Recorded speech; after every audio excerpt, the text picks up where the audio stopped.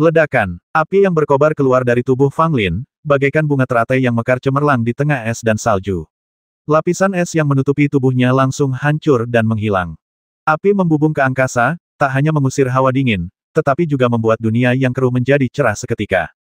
Wajah Kaisar Es dipenuhi kengerian. Singgasana es di belakangnya hancur berkeping-keping dalam sekejap, dan dia terlempar mundur seperti karung rusak.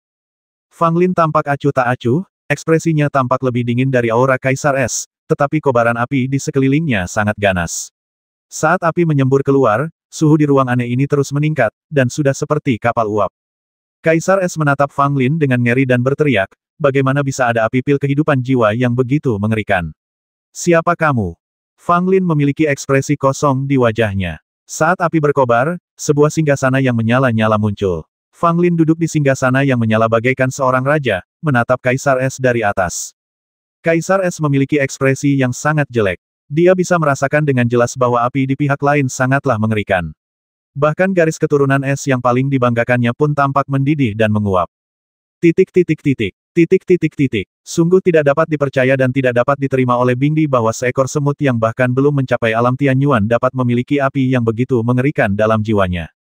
Kau ingin aku menyerah? Fang Lin berbicara. Suaranya tidak berubah. Itu masih suara Fang Lin, tetapi suara ini mengandung tekanan tak terbatas dan seberat dewa.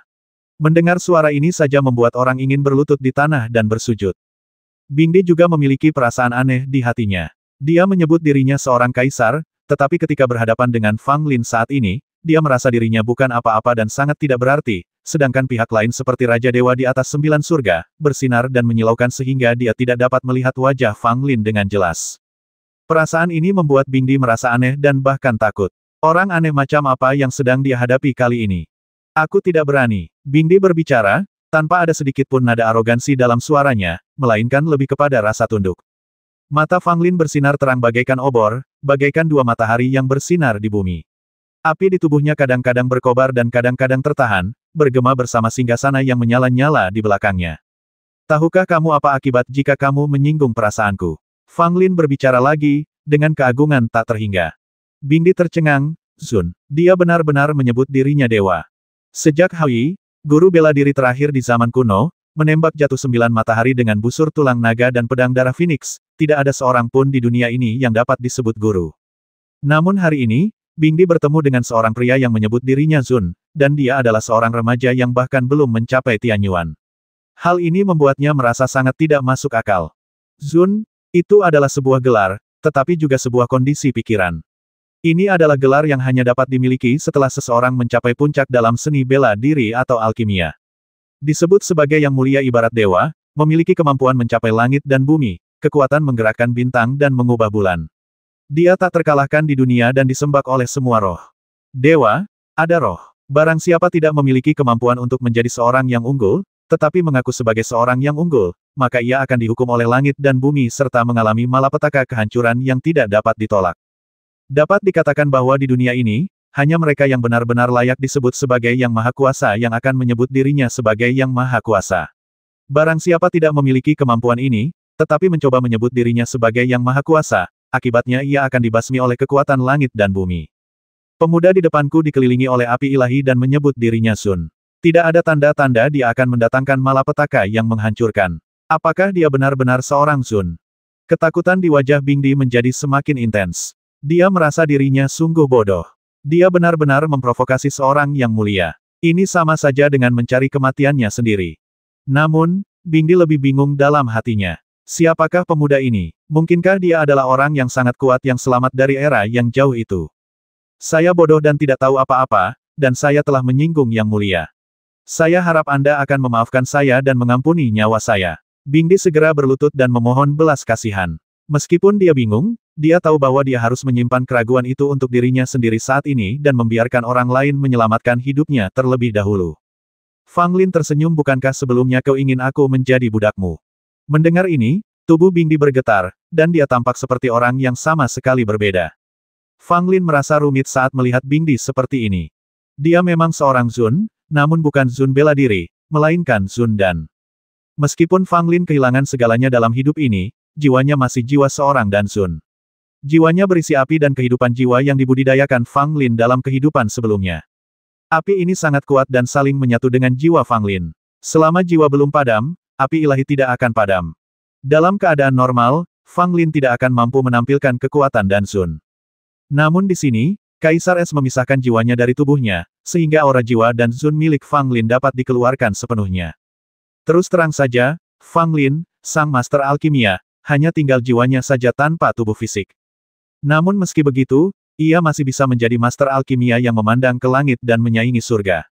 Seorang Kaisar Es belaka bagaikan seekor semut di depannya.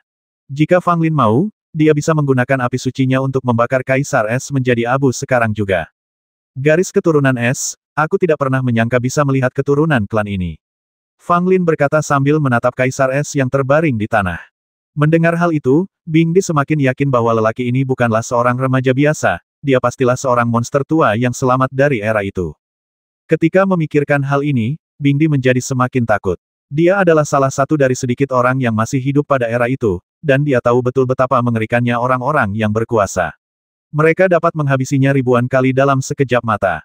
Senior, mohon bermurah hati dan ampuni dosa-dosa saya. Saya bersedia menjadi pelayan Anda dan melayani Anda selamanya. Bing Di berkata tergesa-gesa, tidak mudah baginya untuk bertahan sampai sekarang.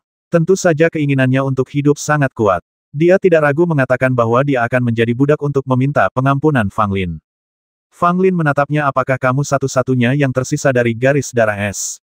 Kaisar Es mengangkat kepalanya, tetapi tidak berani menatap mata Fang Lin melapor kepada senior, saya adalah satu-satunya yang tersisa dari garis darah es saya. Fang Lin mendesah diam-diam, betapa banyak hal telah berubah. Dalam kehidupan sebelumnya, garis darah es masih merupakan ras yang sangat kuat, dan Fang Lin pernah berurusan dengan mereka sebelumnya. Akan tetapi, yang disebut Fang Lin sebagai penanganan adalah menangkap secara paksa orang-orang kuat dengan garis darah es, menggorok leher mereka, dan menguras darah mereka untuk dijadikan pil. Apakah kamu juga lahir di era itu? Fang Lin bertanya lagi. Bing Di mengangguk berulang kali, tidak berani bersembunyi atau ragu sedikit pun. Hati Fang Lin tergerak, dia akhirnya bertemu seseorang yang bertahan hidup di era yang sama dengannya. Kini sebagian keraguannya akhirnya dapat teratasi. Kalau begitu katakan padaku, mengapa istana Dan Seng menghilang? Fang Lin bertanya langsung. Inilah yang paling ingin diketahuinya. Pertanyaan pertama Fang Lin sedikit mengejutkan Bing Di, dan dia punya beberapa tebakan. Mungkinkah senior di depannya memiliki hubungan dengan istana Dan Seng?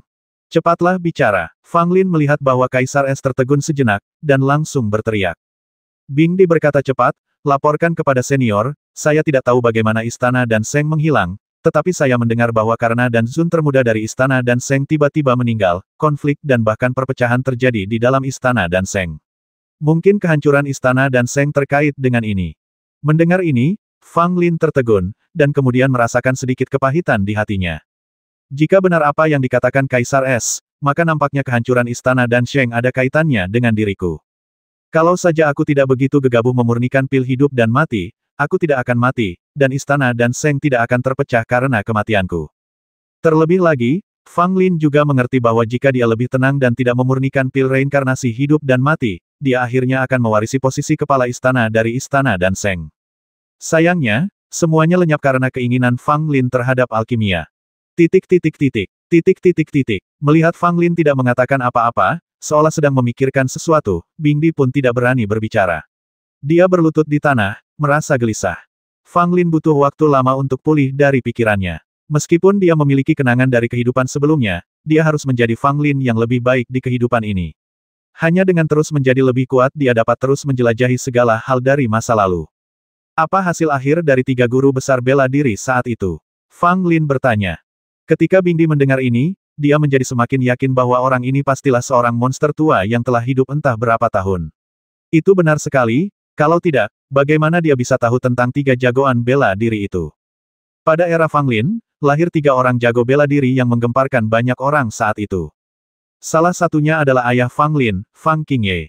Benar saja, ayah Fang Lin, Fang Qingye, adalah seorang ahli bela diri di generasinya. Dia sangat kuat dan tak terkalahkan. Hanya ada 2 jago bela diri lain yang bisa dibandingkan dengannya. Fang Lin tidak mewarisi bakat bela diri ayahnya Fang Qingye, tetapi sangat tertarik pada alkimia. Maka ayahnya mengirimnya ke istana Dan Seng untuk diajari oleh teman lamanya, yang juga merupakan kepala istana di istana Dan Seng generasi itu. Setelah itu, Fang Lin menunjukkan kehebatannya di istana Danseng, dan reputasinya sebagai seorang jenius menjadi tak terbendung. Akhirnya, saat usianya kurang dari 30 tahun, dia telah memasuki alam Dansun.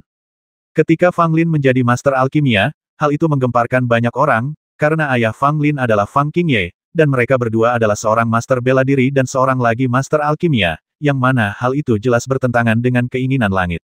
Dua tuan dalam satu keluarga merupakan kisah yang bagus pada masa itu, dan ayah serta anak dari keluarga Fang pun menjadi tokoh yang paling memukau pada masa itu. Kemudian, Fang Lin meninggal dan terlahir kembali di kehidupan ini. Tentu saja, dia ingin tahu tentang ayahnya. Meskipun Wu Zun berumur panjang, sepertinya pada masa itu telah terjadi malapetaka besar, dan dia mungkin tidak akan selamat. Bingde berpikir sejenak sebelum berbicara. Saya hanya tahu bahwa setelah Haoyi Wu Zun menembak jatuh 9 matahari, dia kehabisan energi dan darah lalu meninggal. Adapun Fang Qingye Wu Zun dan Bai Souhei Wu Zun, saya tidak tahu apakah mereka masih hidup atau sudah meninggal. Mungkin mereka sudah meninggal, atau mungkin mereka masih hidup. Setelah mengatakan itu, Bingde melirik Fang Lin dengan gugup, takut jawabannya akan membuat pihak lain tidak puas. Fang Lin tidak bereaksi, dan terus bertanya, kamu bilang Haoyi Wu Zun menembak jatuh 9 matahari. Apa yang terjadi? Mendengar ini, Bingde segera menceritakan kepada Fang Lin semua yang diketahuinya. Ternyata pada suatu hari di era yang jauh itu, 10 matahari muncul, membakar bumi seolah-olah itu adalah jalan yang hidup. Semua roh meratap, dan banyak sekali nyawa yang melayang. Munculnya 10 matahari mengumumkan kehancuran era yang paling mulia. 10 matahari itu sangat kuat, memancarkan cahaya dan panas yang tak berujung. Lautan menguap, sungai-sungai menghilang, bumi retak, dan segalanya tampak akan hancur. Dan ketika semua makhluk hidup di bumi putus asa, Haoyi, sang ahli bela diri yang telah lama menyendiri, mengambil tulang seekor naga asli untuk membuat busur dan menggunakan darah seekor burung phoenix asli untuk membuat anak panah. Hari itu, di bawah tatapan makhluk yang tak terhitung jumlahnya, Haoyi menginjak naga sungguhan, menghadapi cahaya yang dapat membakar segalanya menjadi abu, dan menembakkan 9 anak panah yang menakjubkan. Ketika anak panah dilepaskan, matahari akan terbenam. Haoyi menghabiskan energi dan darahnya sendiri, melepaskan 9 anak panah, menghancurkan 9 matahari yang merupakan bencana antara langit dan bumi, dan menyelamatkan segalanya. Namun karena hal ini, Haoyi meninggal, dan tubuh seni bela dirinya berubah menjadi gunung setinggi 1000 kaki, yang menekan 9 matahari yang jatuh. Busur tulang naga milik Haoyi dan 2 anak panah darah phoenix yang tersisa masih hilang hingga hari ini. Fang Lin tercengang setelah mendengar ini dan menjadi sangat gembira. Dia sangat mengagumi Haoyi di masa lalunya. Ayahnya pun memujinya dan mengatakan bahwa Haoyi adalah orang yang paling disegani di antara ketiga jagoan bela diri saat itu. Fang Lin juga mengetahui dari Kaisar Es bahwa sejak Haoyi menembak jatuh matahari, bumi telah mengalami bencana lain. Para monster menyerang balik umat manusia, dan kedua belah pihak bertempur selama ratusan tahun. Pertempuran itu begitu menghancurkan, seolah-olah langit dan bumi runtuh. Banyak sekali orang kuat yang tewas dalam pertempuran itu.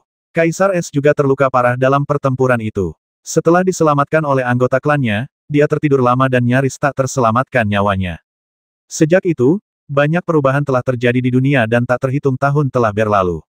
Ketika Kaisar Es terbangun, dia telah berada di istana es dalam gua tak berujung ini. Senior, bolehkah aku bertanya siapa kamu? Bingde akhirnya memberanikan diri dan bertanya dengan ragu-ragu, lalu melihat reaksi Fang Lin. Fang Lin tersenyum, apakah kamu benar-benar ingin tahu? Bingde segera menggelengkan kepalanya. Junior tahu kesalahannya. Apa yang telah kamu lakukan di sini selama ini? Fang Lin mengalihkan pertanyaan itu ke Bingde. Bingde ragu sejenak dan berkata, tahun itu saya terluka parah, dan tubuh saya hampir hancur. Saya hanya bisa bertahan hidup dengan terus-menerus menyerap ki dan darah. Fang Lin mengerti. Ternyata Kaisar Es dalam keadaan setengah mati dan perlu menyerap darah dan energi untuk bertahan hidup. Tak heran jika tak seorang pun yang pernah masuk istana es sebelumnya mampu keluar. Ini jebakan. Siapapun yang masuk akan mati di dalamnya. Entah mereka akan dihisap kering oleh Kaisar Es, atau mereka akan diubah menjadi boneka es oleh Kaisar Es. Bagaimana kabar orang-orang yang datang bersamaku sekarang? Fang Lin bertanya. Bingde berkata cepat, saya tidak menyentuhnya, tenang saja. Mendengar ini, Fang Lin akhirnya menghela napas lega.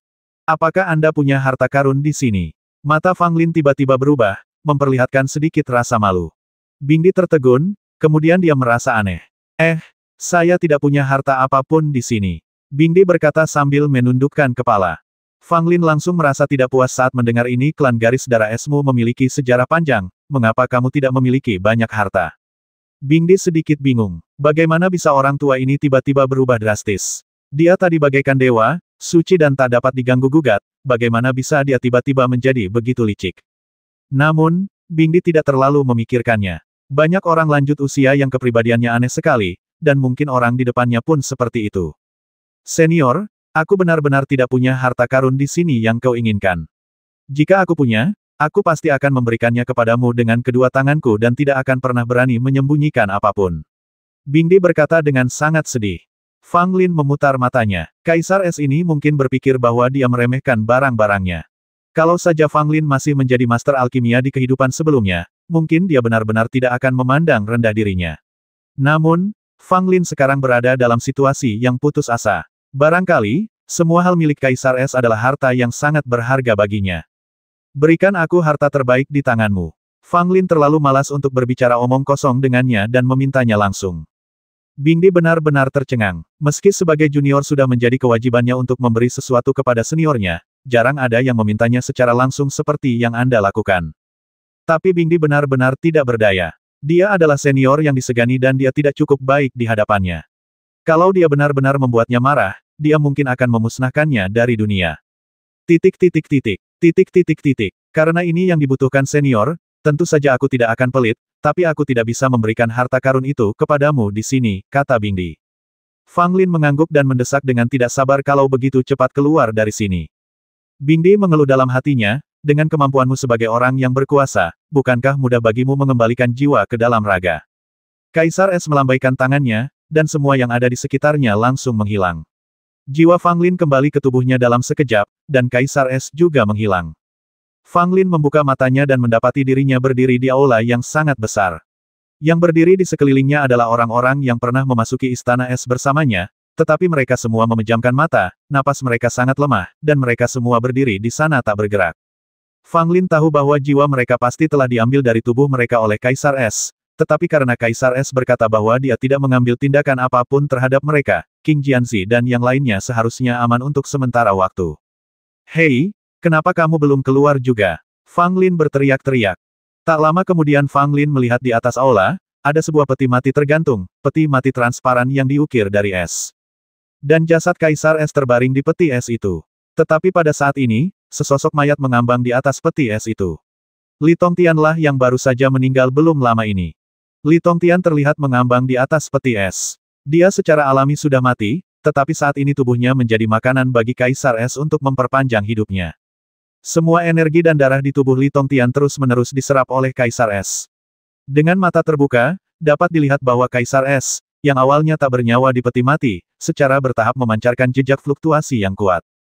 Kelopak mata Fang Lin berkedut sedikit, tetapi ekspresinya sangat tenang. Namun, dia sebenarnya sedikit gugup. Jiwa kembali ke tubuh, yang berarti api dan Zun dalam jiwa Fang Lin tidak dapat digunakan lagi.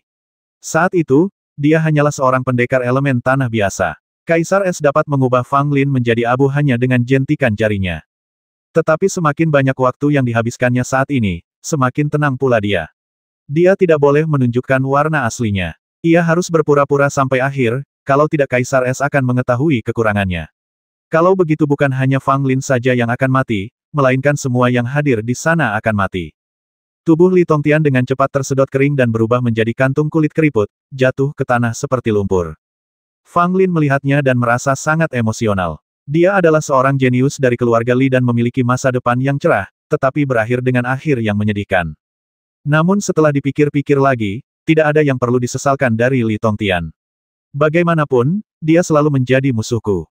Setelah menyerap darah dan energi Li Tongtian, Kaisar Es akhirnya melompat keluar dari peti es, seperti makhluk abadi yang dibuang di awan, dan mendarat dengan mantap di depan Fang Lin.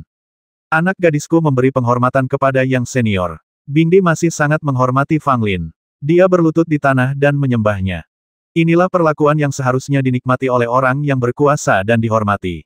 Jika semua makhluk hidup di dunia tidak berlutut dan memberi hormat saat bertemu orang yang berkuasa dan dihormati, mereka akan dihukum oleh surga. Fang Lin melirik Kaisar Es dan berbalik tanpa daya. Tidak bisakah kamu memakai lebih banyak pakaian? Fang Lin berkata dengan nada aneh. Bingdi tertegun sejenak, lalu wajahnya agak merah. Dia hanya ditutupi kain kasa yang sangat tipis, yang hampir sama seperti dia tidak mengenakan apapun. Tubuhnya yang halus terekspos sepenuhnya di depan Fang Lin. Meskipun Bingdi juga sangat buruk saat jiwa mereka bertemu sebelumnya, bagaimanapun juga, ia tetaplah jiwa, dan sedikit kurang nyata. Namun sekarang, kemunculan Bingdi di hadapan Fang Lin dengan cara yang begitu kasar membuat Fang Lin agak sulit untuk menerimanya. Terus terang saja, Fang Lin tidak terlalu tua, apalagi sudah tua renta. Saat dia meninggal di kehidupan sebelumnya, dia masih muda. Wajar saja jika dia merasa malu ketika melihat tubuh wanita. Maafkan saya, senior, Bingdi berkata lembut, lalu rok panjang berwarna biru muncul di tubuhnya, menutupi pemandangan indah tak terhingga. Fang Lin berbalik sedikit dengan malu, lalu mengulurkan tangannya langsung ke arah Bingdi. Bingdi memasang ekspresi aneh di wajahnya, dia mengerti apa yang dimaksud Fang Lin, dan mengulurkan sesuatu di tangannya. Di tangan Bingdi, ada labu kecil yang tampak seperti patung es. Kelihatannya cukup halus dan unik, dan orang-orang menyukainya pada pandangan pertama. Fang Lin mengambilnya dan segera menyadari keistimewaannya. Oh, ternyata itu adalah labu Qiankun. Fang Lin berkata sambil tersenyum.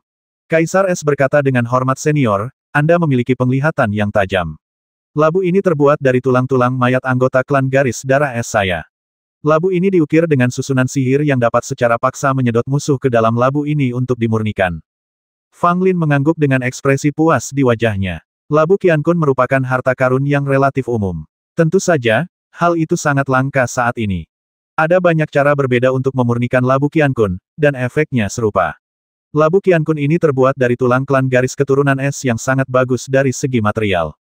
Fang Lin menerima labu itu dengan terbuka, tampak sangat mengenalnya, seolah-olah dia sudah sering melakukan hal semacam ini sebelumnya.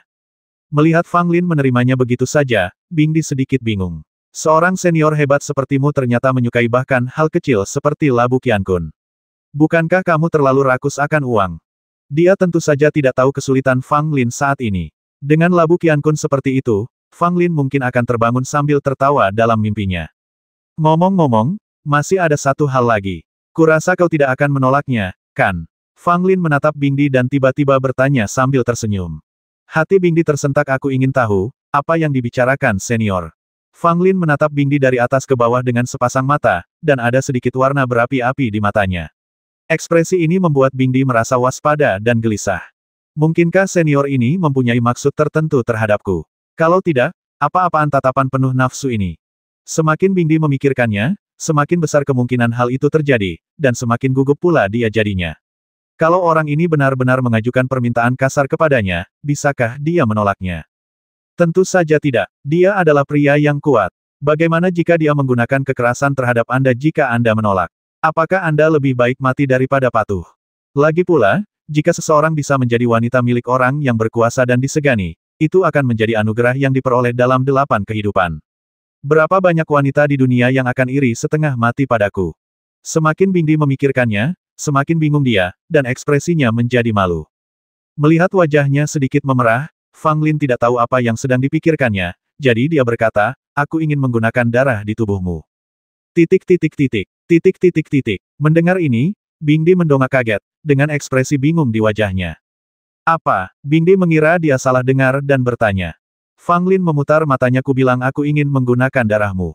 Bingdi terdiam, dengan rasa malu dan sungkan di wajahnya. Ternyata orang itu hanya ingin mengambil darahnya dan tidak mempunyai maksud lain, namun ia telah salah paham.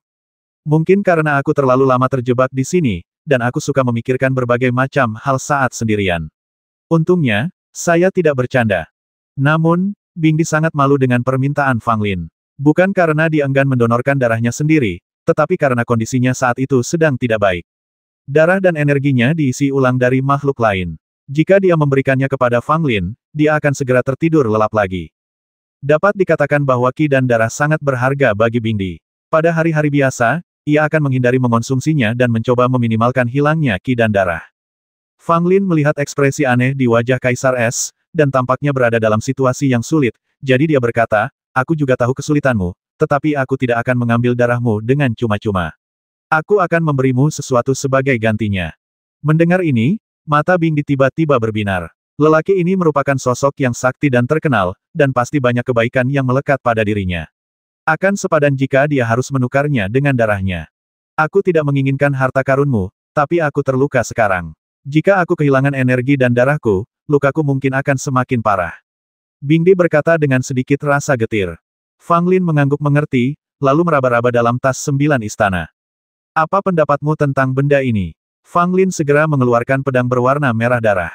Ketika Bing Di melihat pedang berwarna merah darah, ekspresinya tiba-tiba berubah dan dia mundur beberapa langkah, tampak sangat ketakutan. Ada apa? Apakah pedang ini begitu menakutkan? Menurutku pedang ini cukup bagus. Pedang ini hanya suka menghisap darah. Bukankah kau juga perlu menyerap darah dan energi? Datanglah dan serap pedang ini. Pasti ada banyak esensi dan darah di dalamnya. Fang Lin berkata dengan polos. Bing Di mundur berulang kali dan berkata dengan tergesa-gesa, senior, tolong jangan menggodaku. Ini adalah pedang jahat. Jika aku menyentuhnya, semua darah dan esensi dalam tubuhku akan tersedot olehnya. Fang Lin terkejut melihat Kaisar Es begitu ketakutan. Kaisar Es tidak lemah kekuatannya. Jika dia ada di luar, tidak ada seorang pun di seluruh kerajaan Qian yang akan menjadi lawannya. Tetapi dia sangat takut pada pedang berwarna darah itu.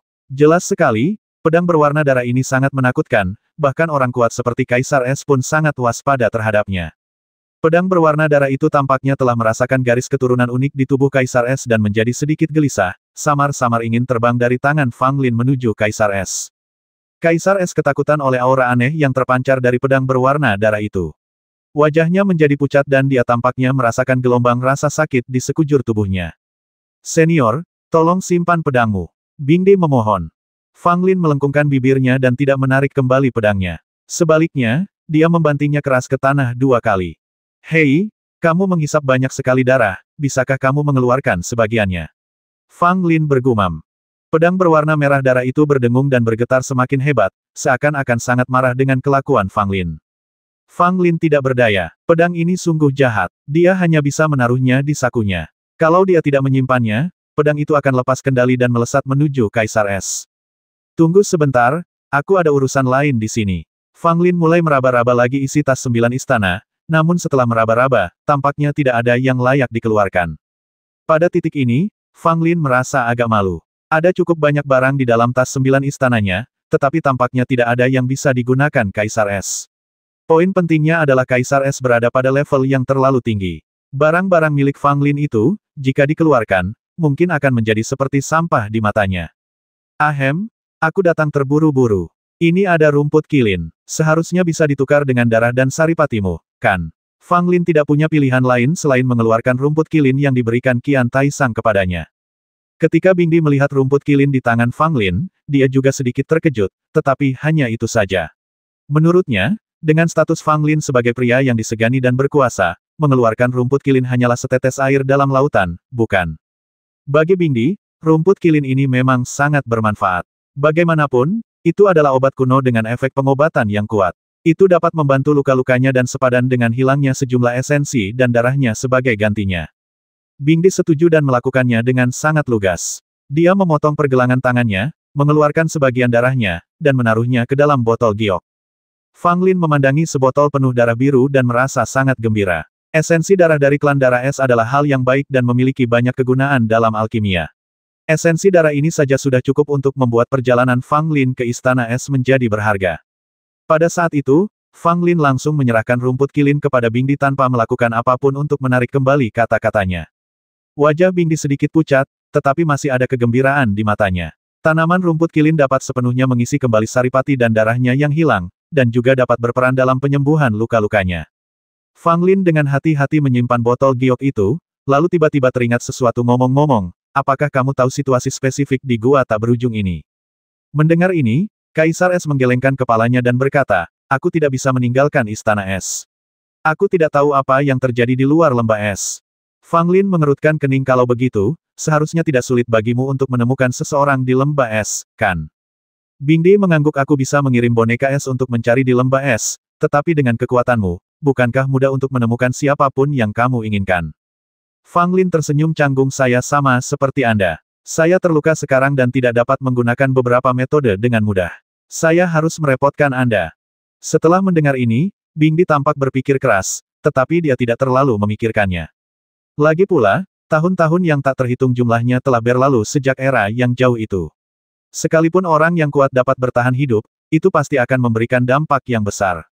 Orang senior di depannya mungkin berada dalam situasi ini. Dia menggunakan beberapa metode khusus untuk bertahan hidup, dan metode ini kemungkinan besar akan menyebabkannya cedera tersembunyi. Saya ingin tahu siapa yang Anda cari, senior. Saya bisa melakukannya untuk Anda. Bingdi mengambil inisiatif untuk menunjukkan niat baiknya. Bagaimanapun, ini adalah kesempatan langka. Tidak semua orang memiliki kesempatan bekerja untuk orang yang berkuasa dan dihormati. Fang Lin terkekeh, menepuk tas 9 istana, dan mengeluarkan sebuah potret. Inilah orangnya. Orang yang dilukis dalam potret itu adalah Gu Hanshan. Fang Lin telah lama memikirkan Gu Hanshan, dan dia tidak tahu kemana orang ini pergi sekarang. Namun, Fang Lin tidak akan pernah merasa tenang kecuali dia melihat Gu Hanshan mati dengan matanya sendiri.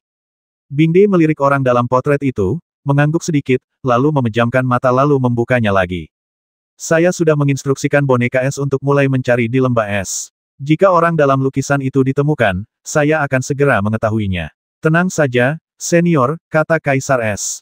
Fang Lin mengangguk dan menyimpan potret itu. Dengan bantuan Kaisar Es, dia bisa mencari di lembah es. Selama Gu Hanshan berada di lembah es, dia pasti akan kesulitan melarikan diri. Adapun orang lain yang hadir, Fang Lin tidak membiarkan Bingdi membangunkan mereka. King Jianzi dan yang lainnya tidak dalam bahaya nyawa. Fang Lin tiba-tiba teringat sesuatu dan bertanya dengan tergesa-gesa, apakah pernah ada ginseng berusia 1000 tahun di lembah es ini?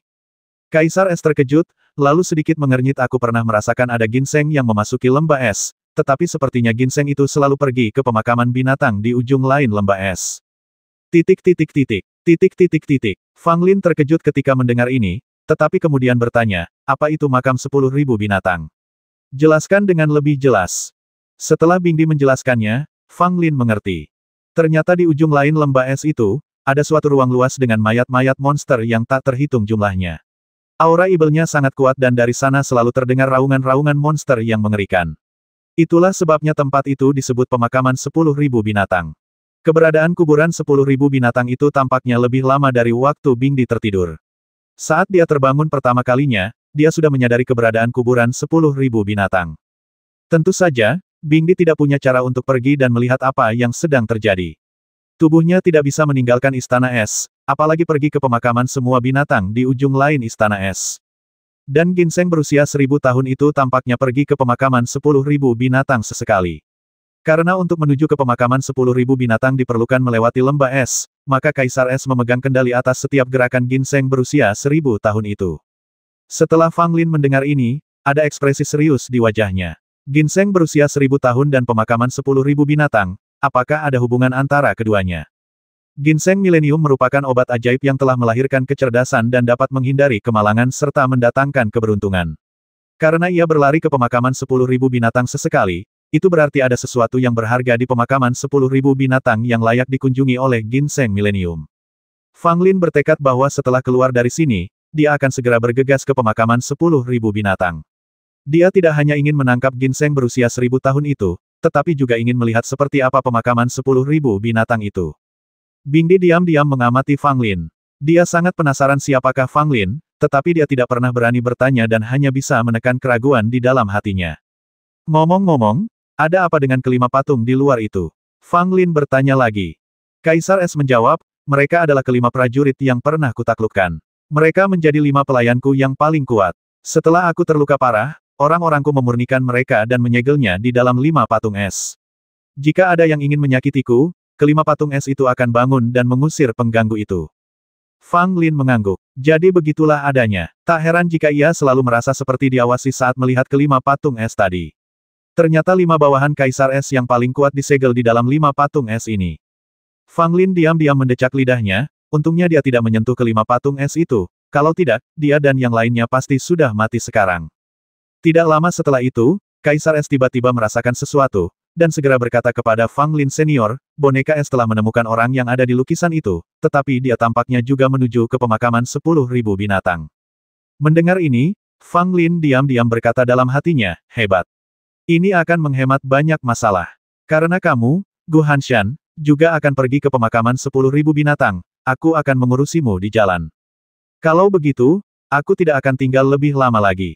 Biarkan mereka semua bangun, kata Fang Lin. Mendengar ini, Bingdi mengangguk. Dia juga berharap Fang Lin segera pergi. Dia sedikit gugup untuk tinggal di sini. Pada saat itu, Kaisar Es terbang ke peti mati es dan berbaring lagi. Kemudian Fang Lin juga berdiri di tengah kerumunan, berpura-pura memasang ekspresi bingung. Setelah beberapa waktu, orang-orang berangsur-angsur terbangun. Mereka semua tiba-tiba membuka mata dan melihat sekeliling, sama sekali tidak menyadari apa yang sedang terjadi. King Jianzi, Yang Po Jun dan Li Yubing juga bangun satu demi satu. Begitu mereka bangun, mereka tampak waspada dan melihat sekeliling dengan mata serius. Fang Lin juga berpura-pura baru saja bangun tidur, dan melihat sekelilingnya dengan bingung seperti orang lainnya. Apakah semuanya baik-baik saja? King Jianzi bertanya. Semua orang menjawab bahwa semuanya aman dan sehat, tetapi kepala mereka masih pusing seolah-olah mereka telah tidur lama. Apa yang telah terjadi? Fang Lin mengusap kepalanya dan berkata dengan shock.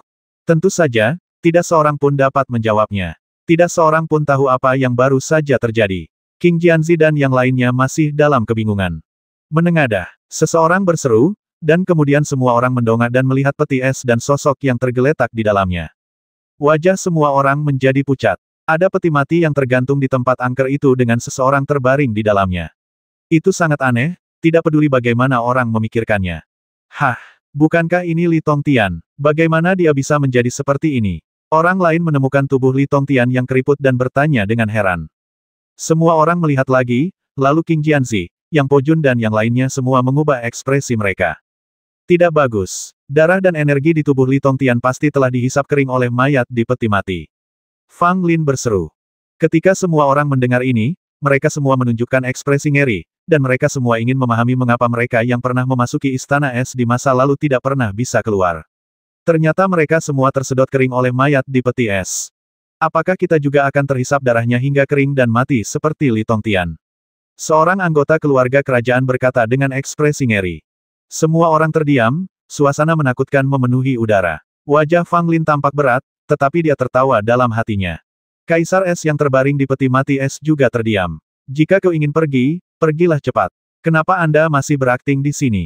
Apakah menarik? Fang Lin benar-benar tidak berniat tinggal lebih lama lagi, jadi dia segera memanggil semua orang untuk mencoba melihat apakah mereka bisa pergi dari sini, dan kemudian memimpin semua orang keluar dari istana es dengan sangat mudah. Semua orang keluar dari istana es, dan mereka semua tidak percaya bahwa mereka telah keluar dari istana es dengan mudah. Bukankah ini terlalu tidak realistis? Bahkan King Jianzi, Yang Po Jun dan yang lainnya mulai ragu apakah mereka masih dalam semacam ilusi, dan bahwa orang-orang serta benda-benda di sekitar mereka palsu. Kita keluar, Fang Lin berteriak, tampak sangat bersemangat. Benarkah, keluar? Namun, yang lainnya masih sedikit bingung. Mereka semua telah mempersiapkan diri untuk kematian, tetapi mereka tidak menyangka bahwa dia akan keluar dari istana es dengan mudah. Agak sulit bagi mereka untuk bereaksi. Butuh beberapa saat bagi semua orang untuk tenang sebelum mereka yakin bahwa mereka memang telah keluar. Mereka semua kegirangan, merasakan kebahagiaan karena berhasil selamat dari musibah. Fang Lin, kemana kita harus pergi sekarang? King Jianzi bertanya. Fang Lin menyentuh dagunya dan berkata, ayo kita pergi ke sisi lain lembah es. Karena kita sudah sampai di sini, kita tidak bisa kembali dengan tangan kosong. Semua orang meninggalkan istana es dengan sangat lancar, dan dinding tak terlihat yang menghalangi semua orang juga lenyap sepenuhnya. Tidak ada seorang pun yang keberatan dengan usulan Fang Lin, kecuali Li Yubing. Li Yubing tidak ingin membawa keluarga Li berpetualang, jadi dia ingin menyingkirkan Fang Lin dan yang lainnya. Namun, Fang Lin tidak memberinya kesempatan dan mengatakan terus terang kepada Li Yubing bahwa apa yang telah diminumnya adalah pil racun. Jika tidak ada penawarnya, Li Yubing tidak akan mampu bertahan hidup bahkan sehari pun. Li Yubing tentu saja sangat marah hingga wajahnya menjadi pucat. Meskipun dia sudah lama menduga bahwa apa yang diberikan Fang Lin padanya mungkin bukan hal yang baik, dia tidak menyangka rasanya begitu kuat hingga dia bahkan tidak bisa bertahan sehari. Awalnya, Li Yubing berpikir untuk mencari seorang tetua dalam keluarga untuk mendetoksifikasi dirinya setelah meninggalkan gua tak berujung, tetapi sekarang tampaknya dia akan menjadi boneka yang dimanipulasi oleh Fang Lin sebelum meninggalkan gua. Sekalipun dia tidak mau, Li Yubing takut mati, dan dia juga ingin mengeluarkan semua anggota keluarga Li, jadi dia tidak punya pilihan selain berkompromi. Kerumunan orang meninggalkan istana es dengan cara yang luar biasa. Mereka masih takut dengan tempat angker ini. Meskipun mereka tidak kehilangan satu orang pun, jika mereka punya pilihan, mereka tidak akan datang ke sini untuk kedua kalinya. Titik titik titik, titik titik titik. Mengikuti arah yang berlawanan, semua orang menuju ke ujung lain lembah es, di mana terdapat kuburan 10.000 binatang. Tentu saja, hanya Fang Lin yang mengetahui hal ini, dan yang lainnya masih dalam keadaan gugup dan penuh harap. Dalam perjalanan, Fang Lin bertanya kepada Li Yubing apa yang terjadi pada keluarga Li setelah mereka memasuki lorong tengah di percabangan jalan. Liu Bing dengan sangat enggan memberitahu Fang Lin bahwa setelah keluarga Li mereka menghadapi serangan Nether Firebugs di persimpangan 3 arah, mereka langsung masuk ke lorong tengah. Hasilnya, mereka secara tak terduga menemukan bahwa lorong itu sangat aman dan berbagai obat spiritual tumbuh di sana. Kali ini semua orang di keluarga Li sangat gembira. Li Tongtian juga tertawa terbahak-bahak hingga tidak bisa berhenti, dan dia mengejek keluarga kerajaan dan orang-orang sekte Zixia karena memilih jalan buntu. Kemudian, keluarga Li memetik ramuan spiritual di sana dan terus berjalan di sepanjang lorong, dan mereka menemukan sumber mata air spiritual lainnya. Mata air spiritual mengepul dan dipenuhi aroma harum. Hanya mencium aromanya saja membuat semua orang di keluarga Li merasa segar, dan kepala mereka tiba-tiba terasa jauh lebih nyaman. Bagaimana mungkin mereka tidak mengerti sekarang, bahwa ini jelas merupakan sumber air spiritual. Oleh karena itu, semua orang di keluarga Li turun ke mata air spiritual dan mandi dengan nyaman. Setelah mandi, semua orang di keluarga Li merasa penuh energi dan darah, dan semua kelelahan serta cedera di tubuh mereka hilang. Beberapa anggota keluarga Li yang berada dalam masa kritis terobosan sebenarnya semuanya membuat terobosan. Keluarga Li dan kelompoknya sangat bersemangat. Bukan saja mereka tidak menemui bahaya apapun di sepanjang perjalanan, mereka juga memperoleh sejumlah besar obat-obatan spiritual dan berendam di sumber air spiritual. Dibandingkan dengan Fang Lin dan kelompoknya, pengalaman ini tidak bisa lebih baik lagi. Ketika Sekte Zixia dan keluarga kerajaan mendengar ini, mereka semua tampak sangat aneh. Bahkan King Jianzi dan Yang Po Jun memiliki ekspresi berkedut. Nasib mereka begitu buruk, mengapa mereka tidak memilih jalan tengah? Mereka memilih yang di sebelah kanan, dan akhirnya menjumpai kerangka dan kadal raksasa, dan segala jenis bahaya.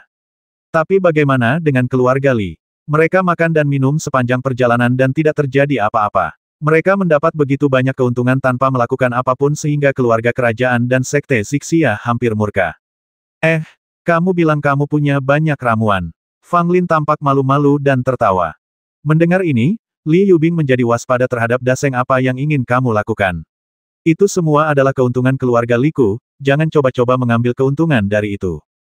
Fang Lin berkata dengan tegas, lihatlah dirimu, mengapa kamu begitu waspada?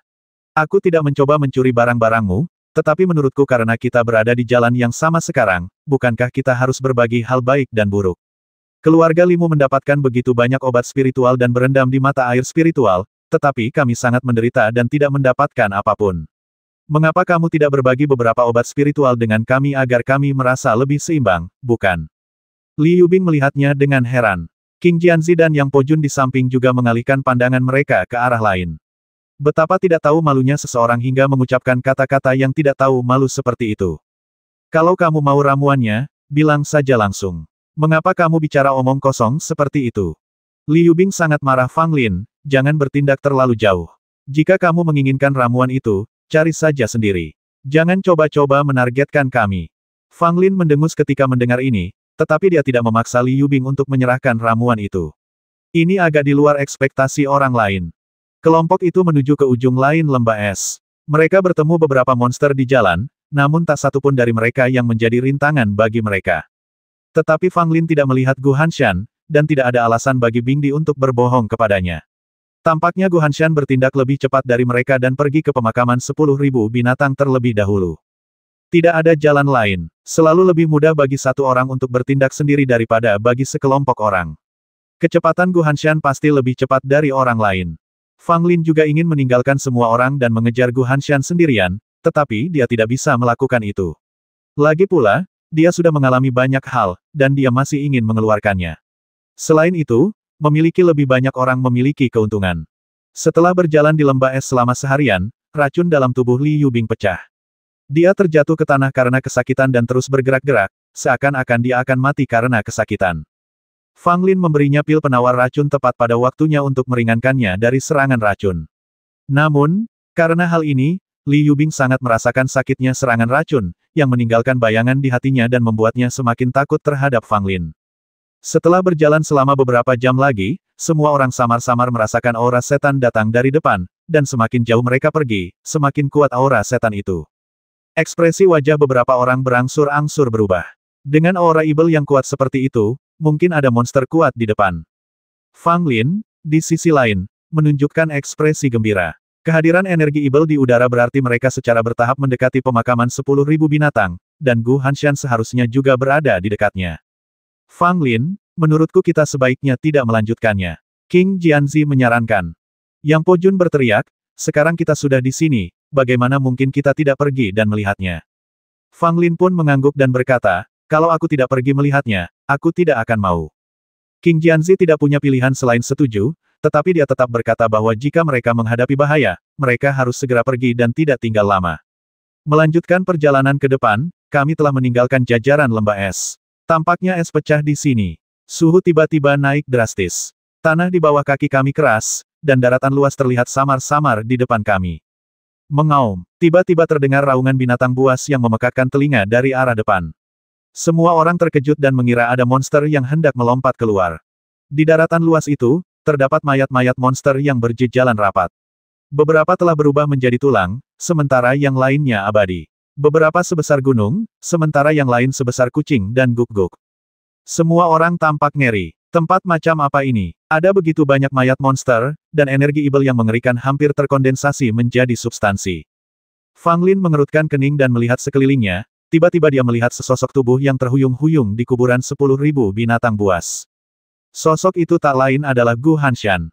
Pada saat ini, Gu Hanshan sedang berjalan di antara banyak mayat monster.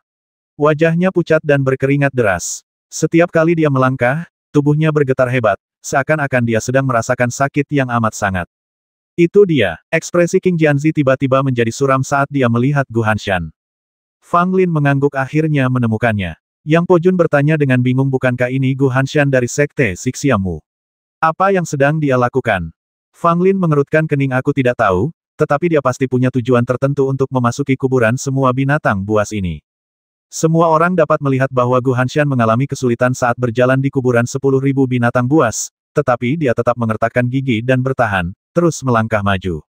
Hah, kenapa ada begitu banyak bayi kecil di sini? Pada saat ini, sebuah suara yang membuat semua orang menggigil terdengar. Titik titik titik, titik titik titik. Semua orang tiba-tiba mendongak dan melihat sebuah sosok terbang perlahan turun dari tebing di satu sisi. Melihat orang ini, bahkan wajah Fang Lin pun langsung berubah, dan yang lainnya seperti menghadapi musuh yang tangguh, dan segera mengambil sikap waspada. King Jianzi, Yang Po Jun dan Li Yubing semuanya tampak sangat tidak senang dan menggenggam erat senjata di tangan mereka. Pria itu mengenakan jubah hitam, berambut panjang, berwajah agak jahat, dan berlumuran darah di sudut mulutnya. Dia tampak seperti baru saja melalui pertempuran sengit. Feng Qianqiu. Tidak seorang pun menyangka bahwa orang yang tiba-tiba muncul adalah Feng Qianqiu, penjahat yang dicari dan telah lama menimbulkan masalah di negeri Qian. Kemunculan Feng Qianqiu yang tiba-tiba membuat semua orang yang hadir merasa ketakutan. Ini adalah karakter kejam yang telah membasmi banyak orang di negeri Qian, dan dia benar-benar muncul di sini. Dalam kasus ini, bukankah situasi orang-orang ini akan sangat berbahaya? Terutama keluarga kerajaan, wajah mereka menunjukkan keputusasaan.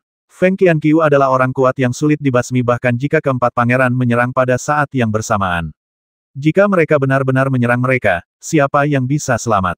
Feng Qianqiu tersenyum dan menatap orang-orang ini dengan penuh minat, lalu tatapannya beralih ke Gu Hanshan yang sedang berjuang maju di pemakaman 10.000 binatang. Anak ini cukup menarik. Dia benar-benar tahu bahwa ada hal-hal baik di pemakaman 10.000 binatang. Feng Qianqiu berkata sambil tersenyum. Mendengar ini, hati Fang Lin tergerak. Kedengarannya Feng Qianqiu tahu sesuatu tentang pemakaman 10.000 binatang. Mengapa kau begitu takut padaku? Aku tidak bilang akan membasmimu. Feng Qianqiu mencibir pada Fang Lin dan yang lainnya ketika dia melihat wajah mereka yang ketakutan dan serius. Tak seorang pun berbicara, tak seorang pun akan percaya apa yang dikatakan Feng Qianqiu. Bahkan Fang Lin terus-menerus berpikir tentang cara menghadapi Feng Qianqiu. Tetapi setelah memikirkannya, Fang Lin merasa sedikit putus asa. Feng Qianqiu terlalu kuat, bahkan jika semuanya ditambahkan bersama-sama, mereka tidak akan mampu membasmi Feng Qianqiu. Di hadapan kekuatan absolut, segalanya tampak pucat dan tak berdaya. Tidak mudah bagi kalian anak-anak untuk datang ke sini. Aku akan menceritakan tentang pemakaman 10.000 binatang, dan kemudian kalian harus membantuku melakukan sesuatu. Feng Qianqiu berkata kepada semua orang sambil tersenyum, tetapi tidak peduli siapa mereka, mereka semua tahu bahwa Feng Qianqiu tidak mempunyai niat baik. Feng Qianqiu terus saja berbicara tanpa peduli apakah ada yang menanggapi atau tidak. Pemakaman 10.000 binatang ini diciptakan setelah perang besar antara manusia dan monster. Monster yang tak terhitung jumlahnya mati di sini, membentuk kuburan ini. Setelah kematian para monster yang kuat itu, mayat mereka merupakan harta karun yang paling berharga, terutama para monster yang mayatnya abadi, yang nilainya tak ternilai. Selain itu, di kuburan 10.000 binatang buas ini, ada sejumlah besar harta karun yang ditinggalkan oleh manusia dan monster. Meski sebagian besar rusak dan membusuk, masih ada beberapa yang utuh, dan mereka hanya butuh orang untuk menemukannya. Dapat dikatakan bahwa meskipun kuburan 10.000 binatang buas ini sangat mengerikan dan memiliki aura jahat yang mengerikan, namun tempat ini merupakan tanah harta karun yang mutlak. Semua orang segera mengerti bahwa Gu Hanshan ingin mencari harta karun di pemakaman 10.000 binatang. Tak heran dia tidak menyerah meski menghadapi kesulitan. Tetapi semua orang juga bingung. Apakah Feng Qianqiu akan berbaik hati memberitahukan hal ini pada mereka? Seperti yang diharapkan, setelah Feng Qianqiu selesai berbicara, dia menatap semua orang sambil tersenyum tipis dan berkata, selanjutnya, kalian semua, masuklah dan jelajahi jalannya. Mendengar ini, semua orang terkejut. Feng Qianqiu sebenarnya meminta mereka memasuki pemakaman 10.000 binatang untuk mencarikan jalan baginya. Feng Qianqiu melipat tangannya di depan dada dan menatap semua orang dengan bercanda, jika kalian tidak ingin mati, maka masuklah dengan patuh, jika tidak, saat aku melemparkan kalian ke dalam, itu akan menjadi pengalaman yang sulit. Wajah Fang Lin tampak muram. Sungguh tidak mengenakan kalau dipaksa oleh seseorang. Dia juga merasakan apa yang pernah dirasakan Li Yubing sebelumnya ketika dia memaksanya. Yang Po Jun menggertakkan giginya, tampak seolah dia siap melawan Feng Qianqiu sampai mati. Fang Lin segera menahannya, lalu berkata kepada Feng Qianqiu, ayo masuk. Setelah berkata demikian, dia mengedipkan mata kepada semua orang, memberi isyarat agar mereka tidak bersikap impulsif dan akan lebih baik bagi mereka untuk patuh untuk saat ini. Yang Po Jun sebenarnya tidak mau, tapi dia tidak punya pilihan selain mendengus berat dan menatap Feng Qianqiu dengan penuh kebencian. Semua orang berjalan memasuki kuburan 10.000 binatang dengan kesedihan dan kemarahan di wajah mereka. Begitu mereka masuk, mereka merasakan badan mereka berat dan langkah mereka menjadi berat. Saya ingin melihat apakah di antara kalian ada yang bisa berjalan lebih dari 100 langkah. Feng Qianqiu berkata sambil tersenyum dari belakang. Fang Lin dan yang lainnya memandangi mayat-mayat monster yang berserakan di tanah, merasa sangat gugup. Dengan setiap langkah yang mereka ambil maju, perasaan berat di tubuh mereka menjadi lebih intens. Tapi kabar baiknya adalah aku bisa menggunakan energi internalku di sini untuk menunjang diriku sendiri, jadi tidak akan terjadi apa-apa untuk sementara waktu. Jika Anda hanya mengandalkan kekuatan fisik, akan sangat sulit untuk maju di kuburan binatang buas ini. Gu Hanshan yang sudah berjalan jauh di depan, menoleh ke belakang dengan ekspresi jijik dan sinis di wajahnya. Fang Lin kebetulan melihatnya berbalik, dengan cahaya dingin bersinar di matanya. Dia ingin melemparkan batu tanpa batas secara langsung untuk menghancurkan Gu Hanshan hingga mati. Gu Hanshan sudah berjalan 50 langkah jauhnya. Meskipun dia tampak sangat malu, dia tampaknya mampu bertahan untuk beberapa saat. Fang Lin menggertakkan giginya dan melangkah maju untuk mengejar Gu Hanshan. Saat kami menyelami lebih dalam, kesenjangan antara semua orang dengan cepat menjadi jelas. Qing Jianzi, Li Yubing, Fang Lin dan Yang Po Jun berjalan di depan. Di antara mereka, Yang Po Jun adalah yang paling berkuasa. Ia bagaikan seekor banteng liar, melangkah satu demi satu. Adapun yang lainnya, mereka tertinggal dalam tingkat yang berbeda-beda, berjalan semakin lambat, seolah-olah ada sesuatu yang menarik mereka kembali. Fang Lin tiba-tiba melihat sebatang ginseng berkaki dua berjalan santai tidak jauh darinya, dan matanya tiba-tiba membelalak. Ginseng milenial, Fang Lin mengumpat dalam hatinya. Orang ini sungguh menakjubkan. Dia benar-benar lari ke tempat aneh, dan tampaknya sama sekali tidak terpengaruh oleh roh jahat pemakaman 10.000 binatang. Bukan hanya Fang Lin, tetapi semua orang juga melihat ginseng berusia 1000 tahun itu berjalan santai di antara banyak mayat, dan ekspresi semua orang sungguh luar biasa. Ginseng berusia 1000 tahun itu tampaknya ingin dengan sengaja membuat Fang Lin dan yang lainnya kesal, dan dengan sengaja berjalan ke arah kerumunan, lalu mundur, lalu berjalan ke arah mereka lagi. Fang Lin menggertakkan giginya karena marah. Ginseng berusia 1000 tahun ini pasti melakukannya dengan sengaja. Jika dia menangkapnya, dia pasti akan memberinya pelajaran.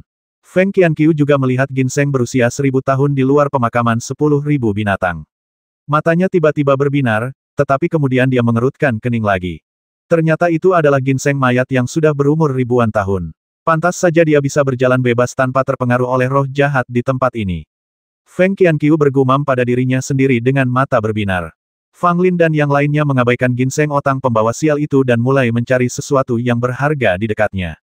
Meskipun mereka dipaksa oleh Feng Qianqiu untuk masuk dan menjelajahi jalan, itu tidak berarti mereka tidak dapat mengambil beberapa hal baik. Karena mereka sudah terlanjur masuk, mereka akan merasa kasihan pada diri mereka sendiri jika tidak mengeluarkan beberapa barang. Mata Fang Lin berbinar saat dia terus mengamati sekelilingnya, sesekali mengulurkan tangan untuk mencari. Titik titik titik, titik titik titik. Feng Qianqiu, yang ada di belakang, melihat ini dan tidak mengatakan apa-apa. Dia hanya diam mengamati segala situasi di pemakaman 10.000 binatang. Hah, tulang hewan ini cukup bagus, sangat keras. Fang Lin mengambil tongkat tulang besar, yang cukup berat. Dia mengayunkannya 2 kali di tangannya dan ternyata sangat mudah digunakan. Fang Lin selalu ingin menemukan senjata yang cocok untuknya. Dia tidak suka menggunakan pedang, dan dia tidak begitu ahli dalam ilmu pedang. Tongkat tulang besar ini dipilih dengan hati-hati oleh Fang Lin dari mayat monster besar. Monster itu telah membusuk tanpa jejak daging yang tersisa, namun satu kerangka masih terpelihara utuh, memancarkan cahaya keperakan. Jelas, monster ini pasti telah menggunakan sebagian besar kekuatannya untuk melunakkan tulangnya saat masih hidup. Itulah sebabnya tulangnya masih dapat memancarkan cahaya bertahun-tahun setelah kematiannya. Tongkat tulang besar di tangan Fang Lin adalah yang terkeras di seluruh kerangka. Itu bisa disebut senjata ajaib. Fang Lin dengan senang hati memasukkan tongkat tulang besar itu ke dalam tasnya dan melanjutkan pencarian. Yang lain juga mendapatkan sesuatu. Misalnya, King Jianzi mengambil beberapa potongan logam berbentuk aneh dan sangat gembira hingga dia tidak bisa berhenti tersenyum. Namun, Fang Lin masih lebih memperhatikan Gu Hanshan di depannya dan terus mengejarnya. Gu Hanshan telah berjalan lebih dari 70 langkah, dan dapat dikatakan sangat sulit untuk melangkah bahkan 1 langkah saja. Setiap kali ia melangkah, ia harus mengumpulkan kekuatan untuk waktu yang lama. Gu Hanshan menoleh ke belakang dan melihat Fang Lin dan yang lainnya tidak jauh darinya. Dia mengutuk dalam hatinya, menggertakkan giginya, dan mengeluarkan sebuah kepingan giok. Gu Hanshan menghancurkan batu giok itu, lalu tiba-tiba sebuah cahaya hijau muncul dan kemudian masuk ke dalam tubuh Gu Hanshan. Segera setelah itu, ekspresi lelah di wajah Gu Hanshan langsung menghilang, dan auranya yang awalnya sedikit lemah menjadi lebih kuat, seolah-olah dia dipenuhi dengan kekuatan.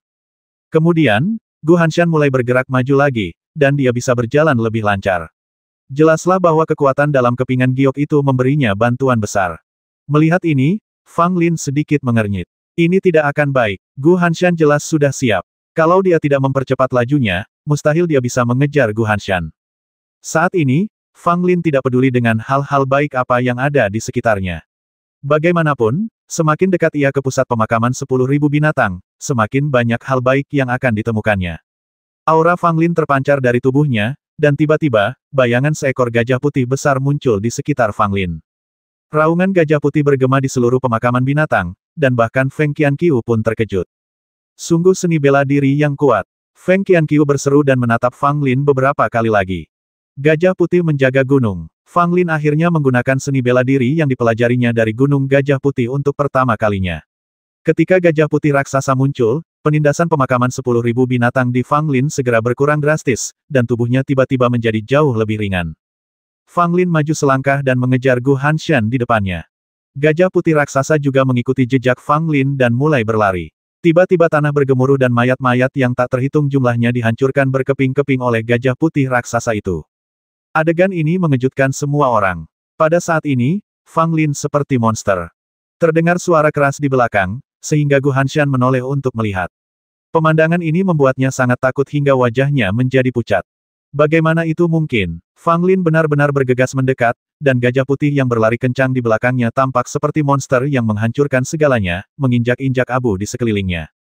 Gu Hanshan panik. Jelaslah Fang Lin sedang mendatanginya. Bagaimana ini bisa ditoleransi? Dia segera berlari maju secepat yang ia bisa. Keduanya menggunakan trik terbaik mereka, satu di depan dan satu di belakang. Keduanya sangat cepat, tetapi Fang Lin jelas lebih cepat, secara bertahap mempersempit jarak antara dia dan Gu Hanshan. Sudah saatnya bagi kita untuk menunjukkan kemampuan kita yang sebenarnya. King Jianzi di belakangnya tertawa, dan sebuah pedang panjang kuno terbang keluar dari belakangnya, memancarkan cahaya lembut. Pedang panjang itu melayang di tubuh King Jianzi. King Jianzi melompat dan berdiri tegak di atas pedang panjang itu. Saudara Yang, saya pergi dulu. King Jianzi menertawakan Yang Po Jun, lalu terbang dengan pedangnya dan terbang dalam sekejap mata. Yang Po Jun mendengus, tetapi juga tidak mau mengakui kekalahan. Dia meraih tas 9 istana dan segera mengeluarkan sebuah pil. Dia menelannya tanpa ragu-ragu. Ledakan. Setelah meminumnya, darah Yang Po Jun tampak 10 kali lebih kuat, rambutnya berdiri tegak, dan ada rona aneh di wajahnya. Yang Po Jun tiba-tiba mulai berlari, dan postur tubuhnya bahkan lebih tidak normal daripada saat Gu Hanshan menggunakan kekuatan slip giok. Roh jahat dari pemakaman 10.000 binatang sama sekali tidak berpengaruh pada Yang Po Jun. Mata Liu Bing berkedip di belakangnya. Dia juga memiliki beberapa kartu truf yang belum pernah digunakannya. Jika dia menggunakannya sekarang, dia bisa melaju seperti King Jianzi dan yang lainnya. Namun Liu Bing tidak melakukan itu. Dia ingin menyimpan semua kartunya dan mencari kesempatan yang tepat untuk menyingkirkan kendali Fang Lin. Jika kau mengekspos kartumu sekarang, kau hanya bisa mendapatkan keuntungan sementara, dan itu juga akan membuat Fang Lin dan yang lainnya semakin waspada dan bersikap defensif padamu. Feng Qianqiu terkejut ketika dia melihat ini dari belakang. Dia tidak menyangka ada beberapa karakter kuat di antara orang-orang ini. Ini agak tidak terduga. Namun, perhatiannya masih tertuju pada seluruh pemakaman 10.000 binatang. Dia datang ke sini dengan tujuannya sendiri, dan yang lainnya hanyalah masalah sampingan. Gu Hanshan berlari sangat cepat. Kekuatan Sleep Giok dipersiapkan untuknya oleh ayahnya, Gu Daofeng. Akan tetapi, bahkan dengan kekuatan Sleep Giok tersebut, semakin dalam ia masuk ke dalam pemakaman 10.000 binatang, semakin kuat pula energi Ibel yang dikandungnya. Setelah mempertahankan hal ini selama setengah batang dupa, Gu Hanshan merasakan langkahnya menjadi berat lagi. Namun Fang Lin di belakangnya bagaikan binatang buas, kecepatannya tidak melambat sedikitpun. Gu Hanshan, berikanlah nyawamu padaku. Di bawah bayang-bayang gajah putih raksasa, Fang Lin meraung, memegang tongkat tulang besar di tangannya, dan bergegas menuju Gu Hanshan. Rambut Gu Hanshan berdiri tegak, dan perasaan krisis yang belum pernah terjadi sebelumnya menyebar ke seluruh tubuhnya. Melihat ke belakang, gajah putih raksasa yang mengelilingi Fang Lin telah mengangkat paha setebal Optimus Prime dan melangkah langsung ke arah kepala Gu Hanshan. Gu Hanshan berteriak, "Oh tidak!" dan tiba-tiba mengerahkan kekuatannya, menyerbu maju tanpa menghiraukan apapun. Ledakan. Dengan suara keras, semua mayat di tanah tempat Gu Hanshan baru saja berdiri hancur menjadi bubuk. Hembusan angin kencang bertiup, hampir saja menghempaskan Gu Hanshan ke tanah. Otang pembawa sial, bagaimana Fang Lin bisa sekuat itu? Wajah Gu Hanshan tampak muram dan dadanya terasa sesak. Demi menghindari serangan gajah raksasa itu, ia mengabaikan roh jahat yang menerjang di sekelilingnya dan memaksakan diri menambah kecepatan, namun ia juga mendapat serangan balik. Yang lebih sulit baginya untuk terima adalah kekuatan Fang Lin begitu dahsyat. Di Danzong, ketika Gu Hanshan berkomplot melawan Fang Lin, di matanya, Fang Lin hanyalah seekor semut yang bisa dengan mudah diinjak sampai mati. Namun kini semut yang tadinya ia abaikan, ternyata mampu mengancam nyawa Gu Hanshan. Gu Hanshan merasa marah dan tiba-tiba berbalik untuk menghadapi Fang Lin. Fang Lin terengah-engah dan sedikit lelah. Lagi pula, dia berlari liar di kuburan 10.000 binatang di bawah aura Ibel yang kuat. Bahkan dengan perlindungan gajah putih Zenyu, itu masih sangat melelahkan. Fang Lin, kamu mencari kematian. Gu Hanshan meraung dengan penuh pembasmian. Fang Lin mencibir Gu, kamu sudah berkali-kali merencanakan sesuatu terhadapku. Hari ini aku akan melunasi hutangku padamu dan meninggalkanmu di sini. Begitu dia selesai berbicara, Fang Lin menyerang dengan ganas, dan gajah putih raksasa itu mengangkat kakinya dan menendangnya lagi. Gu Hanshan meraung, dan seluruh kekuatan batinnya meledak keluar. Bukannya mundur, ia malah maju dan meninju kaki gajah yang terjatuh. Ledakan. Terdengar suara benturan yang mengerikan, Gu Hanshan benar-benar terkena pukulan langsung dengan gajah putih Zenyu milik Fang Lin, dan sama sekali tidak mengalami kerugian. Sebaliknya, Fang Lin melangkah mundur, dan bayangan gajah putih itu menjadi sedikit redup. Adegan ini membuat King Jianzi dan Yang Po Jun yang bergegas datang dari belakang, mengerutkan kening. Fang Lin juga terkejut. Kekuatan Gu Hanshan sungguh dahsyat. Dia telah menyembunyikan kemampuannya sebelumnya. Fang Lin, hari ini aku akan menunjukkan kepadamu kekuatanku yang sebenarnya, Gu Hanshan. Gu Hanshan tampak gila, memegang pedang di tangannya, tubuhnya secepat angin, dan dia tiba di depan Fang Lin dalam sekejap. Fang Lin tidak berani ceroboh. Dia akhirnya menyaksikan kekuatan sebenarnya dari Gu Hanshan. Pria ini memang licik. Dia telah menyembunyikan kekuatannya sejak awal. Bahkan King Jianzi tidak tahu bahwa Gu Hanshan begitu kuat. Faktanya, bahkan di seluruh sekte Zixia, hanya sedikit orang yang mengetahui kekuatan sejati Gu Hanshan. Kebanyakan orang hanya tahu bahwa ia memiliki bakat tinggi dalam bidang alkimia. Namun pada kenyataannya, Gu Hanshan juga memiliki bakat bela diri yang luar biasa, dan Gu Daofeng telah melatih putranya secara diam-diam, telah menghabiskan banyak tenaga dan energi, dan selalu mengingatkan Gu Hanshan untuk menyembunyikan kekuatannya dan tidak boleh mengungkapkannya kecuali benar-benar diperlukan. Pada saat ini, menghadapi Fang Lin yang agresif, Gu Hanshan sama sekali tidak memiliki keraguan. Dia hanya bisa mengeluarkan seluruh kekuatannya untuk menyingkirkan Fang Lin, dan kemudian pergi mencari kesempatan besar di pemakaman 10.000 binatang. Fang Lin memegang tongkat tulang besar di tangannya, yang bertabrakan dengan keras dengan pedang di tangan Gu Hanshan. Keduanya berusaha semampu mereka dan hampir tidak menahan apapun. Tubuh Fang Lin bergoyang dan dia dipukul mundur oleh Gu Hanshan lagi. Gu Hanshan tidak bergerak sama sekali dan bergegas maju lagi. Gerakan membasminya sangat ganas, dan setiap gerakan ditujukan untuk membasmi Fang Lin. Tingkat kekuatan Gu Hanshan lebih tinggi dari Fang Lin, ia berada di tingkat ke-7 Earth Yuan, sedangkan Fang Lin hanya di tingkat ke-5 Earth Yuan. Dengan selisih dua alam kecil, dalam situasi normal, Fang Lin jelas bukan tandingan Gu Hanshan. Meskipun Fang Lin sekarang dalam posisi yang kurang menguntungkan, Gu Hanshan merasa sulit untuk mengalahkan Fang Lin sekaligus, terutama dalam hal kekuatan fisik, Gu Hanshan masih sedikit lebih rendah daripada Fang Lin. Dalam hal kekuatan internal, Fang Lin tidak bisa mengalahkan Gu Hanshan. Lagi pula, kesenjangan dalam ranah tidak mudah untuk ditutupi. Namun dengan keunggulan kekuatan fisiknya, Fang Lin dapat bertarung dengan Gu Hanshan. Lagi pula, Fang Lin telah menyerap ramuan emas yang diwariskan oleh 4 orang suci, namun tidak diserap sepenuhnya. Sebagian darinya terpadu ke dalam daging, darah, urat, dan tulangnya, menguatkan tubuh Fang Lin dan membuat tubuhnya jauh lebih kuat daripada prajurit biasa. Tongkat tulang besar itu juga sangat tajam. Pedang ini dapat mengeluarkan kekuatan penuh Fang Lin saat diayunkan. Meskipun pedang di tangan Gu Hanshan juga luar biasa, namun jelas tidak sebanding dengan tongkat tulang besar milik Fang Lin. Di tengah suara ledakan, Fang Lin secara bertahap menstabilkan situasi. Gu Hanshan menjadi semakin ketakutan. Pada awalnya, dia masih bisa menekan Fang Lin, tetapi segera, dia tidak lagi memiliki keuntungan apapun. Otang pembawa sial, kok dia bisa sekuat itu? Gu Hanshan sangat marah. Setelah bertarung sekian lama tanpa menang, dia melihat King Jianzi dan Yang Po Jun masih datang. Jika mereka sampai, dia akan melarikan diri karena malu lagi. Fang Lin menjadi semakin berani seiring berjalannya pertempuran. Gajah putih Zenyu digunakan lagi, dan keempat kaki gajah itu jatuh satu demi satu, memaksa Gu Hanshan untuk menghindar. Wah, Fang Lin memanfaatkan kesempatan itu dan saat Gu Hanshan bergoyang dan menghindar, dia tiba-tiba memukul punggung Gu Hanshan dengan tongkat. Engah! Ini benar-benar pukulan yang mengancam jiwa. Gu Hanshan segera memuntahkan darah dan merasa seolah-olah semua tulang di punggungnya patah. Gu Hanshan meraung dan tiba-tiba menggunakan jurus pamungkasnya. Pedang panjang di tangannya melesat dengan kecepatan yang amat tinggi, bagaikan seekor burung yang terbang memasuki hutan, dan menusuk dari sudut yang amat licik. Fang Lin tiba-tiba terkejut.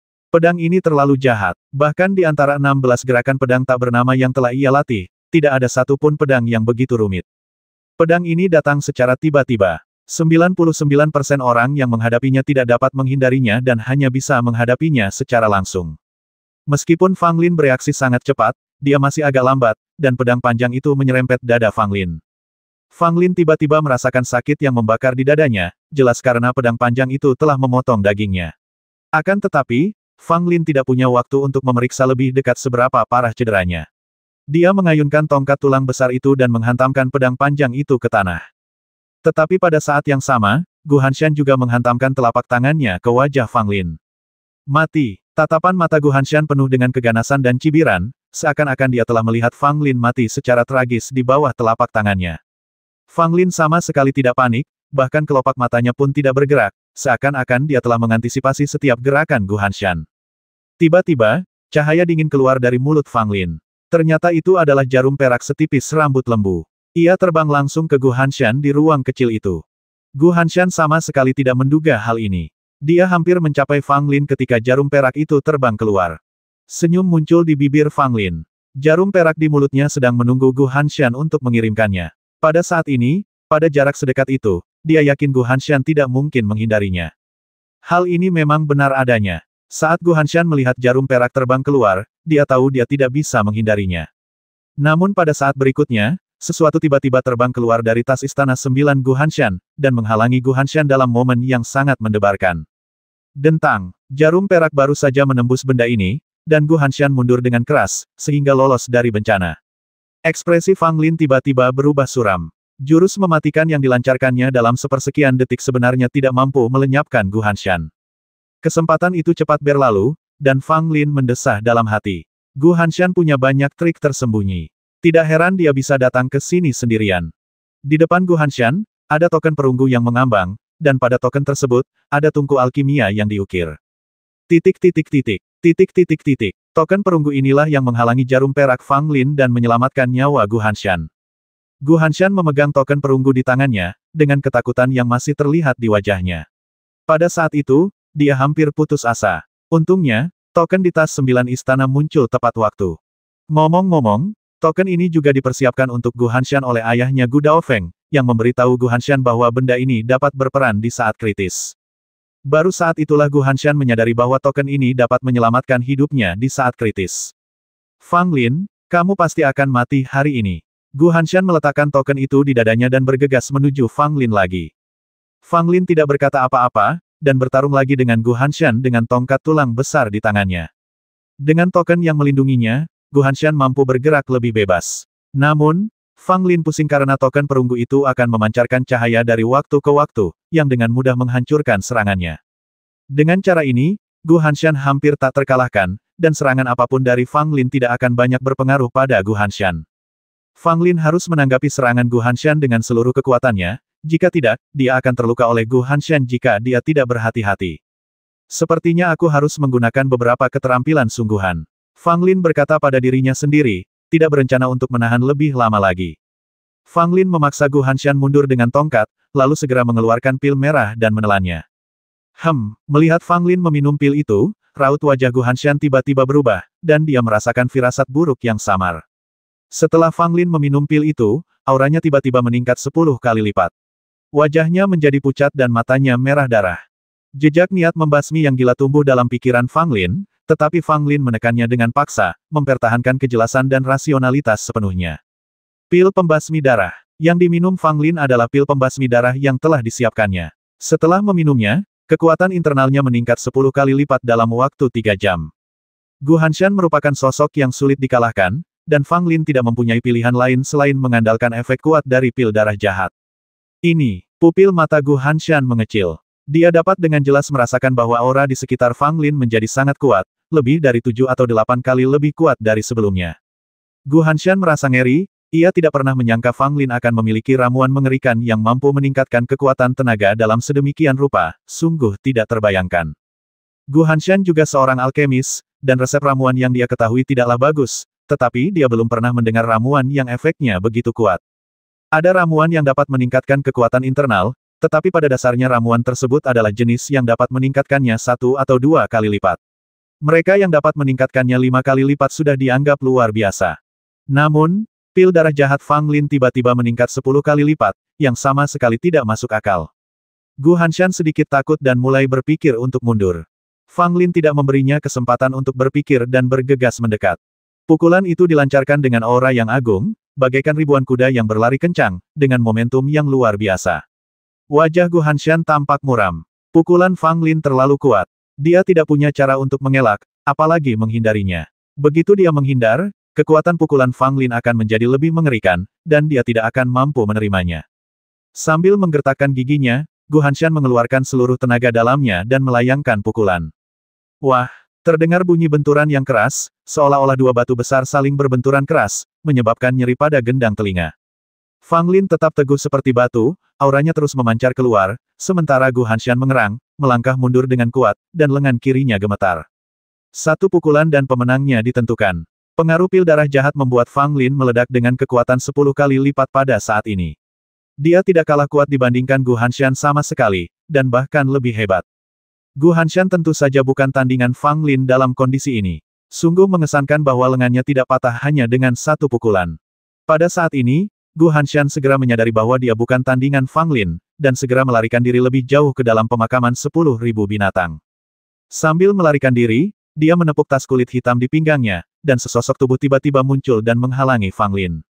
Orang ini berpakaian hitam, menutupi wajahnya, jadi tidak mungkin mengetahui apakah dia pria atau wanita.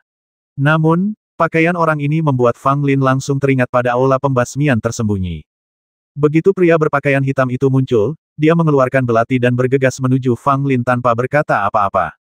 Wajah Fang Lin menjadi gelap. Dia tidak ingin terlibat dengan pria ini, tetapi pria berpakaian hitam itu seperti lintah, menempel erat pada Fang Lin. Setelah pertarungan, Fang Lin terkejut saat mengetahui bahwa pria ini sangat kuat. Anda dari aula pembantaian tersembunyi. Fang Lin bertanya dengan suara yang dalam.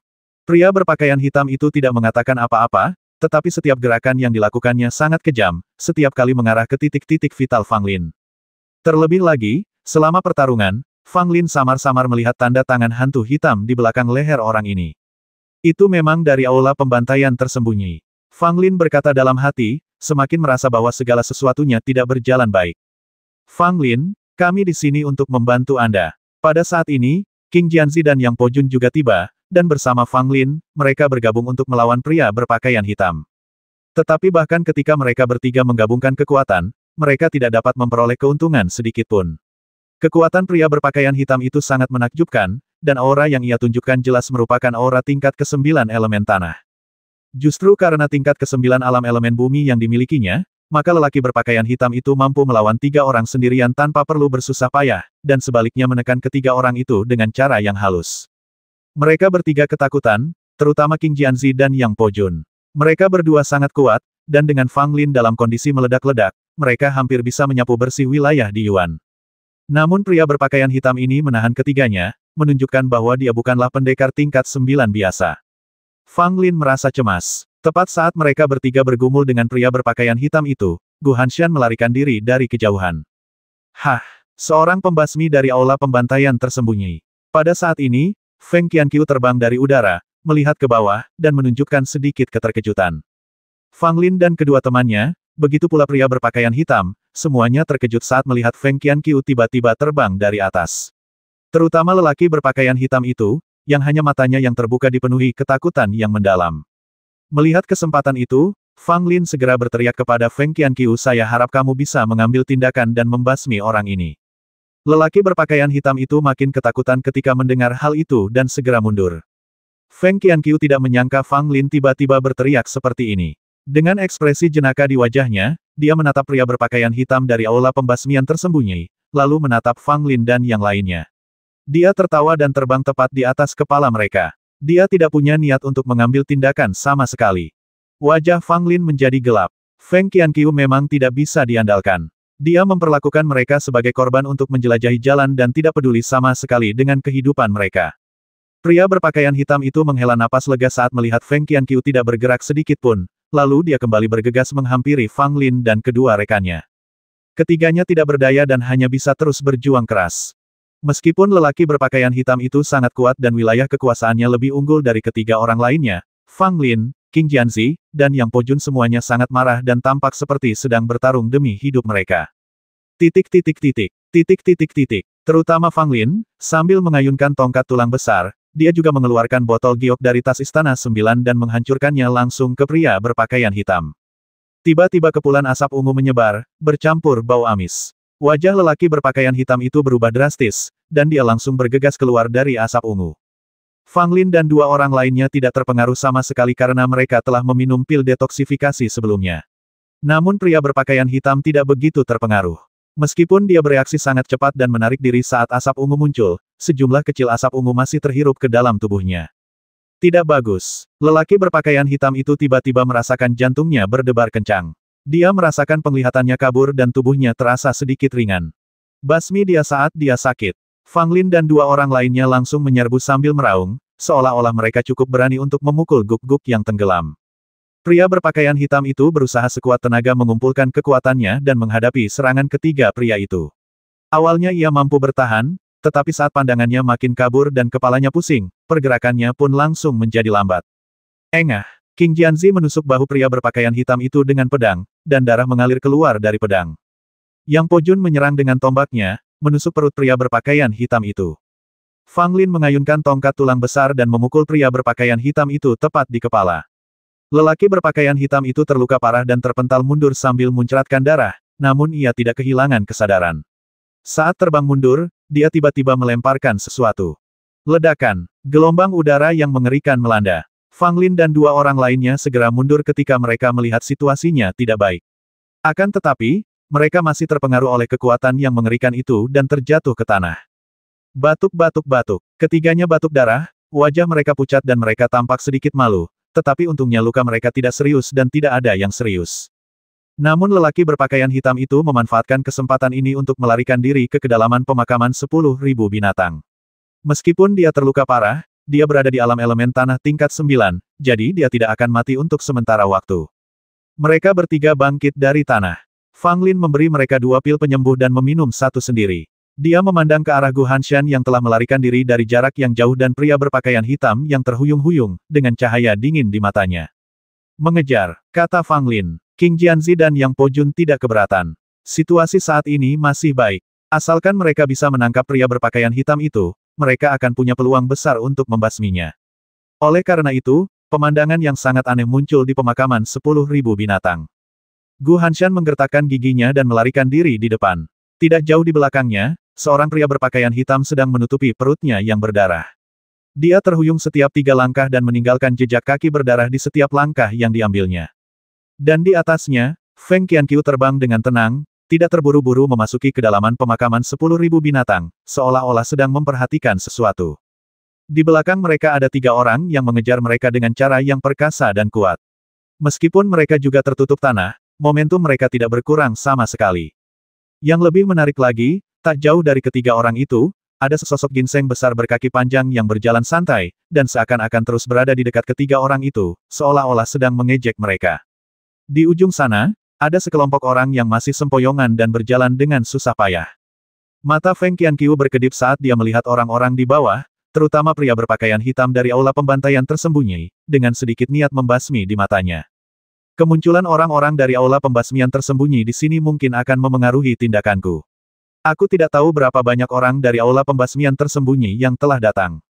Jika hanya ada 1 orang, aku akan membasminya. Namun, jika ada orang lain yang bersembunyi di kegelapan, jika aku membasminya, aku mungkin akan mendapat masalah besar. Itu tidak sepadan. Feng Qianqiu berpikir diam-diam di dalam hatinya. Meskipun Feng Qianqiu menyebabkan banyak masalah di kerajaan Qian dan mempermainkan 3 kekuatan utama di ujung jarinya, ini juga karena tidak banyak orang kuat di kerajaan Qian dan tidak ada seorang pun yang dapat menghancurkan Feng Qianqiu. Terlebih lagi, Feng Qianqiu telah mengunjungi banyak tempat dan mengetahui sesuatu tentang 9 negara. Jadi dia semakin menyadari kengerian balai pembantaian tersembunyi. Jika kekuatan terkuat di 9 kerajaan adalah pengadilan Qin besar dan Liga Dan, maka yang paling mengerikan secara rahasia adalah balai pembasmian tersembunyi. Sampai batas tertentu, banyak orang bahkan menganut prinsip lebih baik menyinggung dan Lik daripada memprovokasi Hidden Killing Hall. Sebab jika kau memprovokasi aliansi alkimia, paling-paling mereka akan mengucilkanmu dan tidak akan memberimu ramuan apapun, dan tidak akan ada alkemis yang mau bergaul denganmu. Tetapi jika Anda memprovokasi Hidden Killing Hall, tidak ada yang perlu dikatakan. Hidden Killing Hall akan mengirim pembasmi untuk mengganggu Anda tanpa henti hingga mereka membasmi Anda. Alkisah pada zaman 3 kerajaan, terdapat sebuah sekte besar yang menemukan pangkalan rahasia balai pembantaian tersembunyi. Setelah memusnahkannya, mereka bahkan dengan berani mengatakan bahwa balai pembasmian tersembunyi tidak ada yang perlu ditakutkan sama sekali dan hanya sekelompok hantu kesepian yang tidak tahan terhadap cahaya siang. Akibatnya, dalam waktu kurang dari setengah bulan, pemimpin sekte itu dikepung dan dibasmi oleh para pembasmi dari Hidden Killing Hall. Hampir semua anggota senior sekte tersebut dibantai, dan sekte tersebut mulai merosot sejak saat itu. Tidak seorang pun tahu berapa banyak orang yang ada di aula pembasmian tersembunyi, atau seberapa kuat para penguasa di aula pembasmian tersembunyi. Oleh karena itu, bahkan orang putus asa seperti Feng Qianqiu tidak akan memprovokasi balai pembasmian tersembunyi jika memungkinkan. Terlebih lagi, di kuburan aneh berisi 10.000 binatang buas ini, kekuatan Feng Qianqiu juga sangat terpengaruh.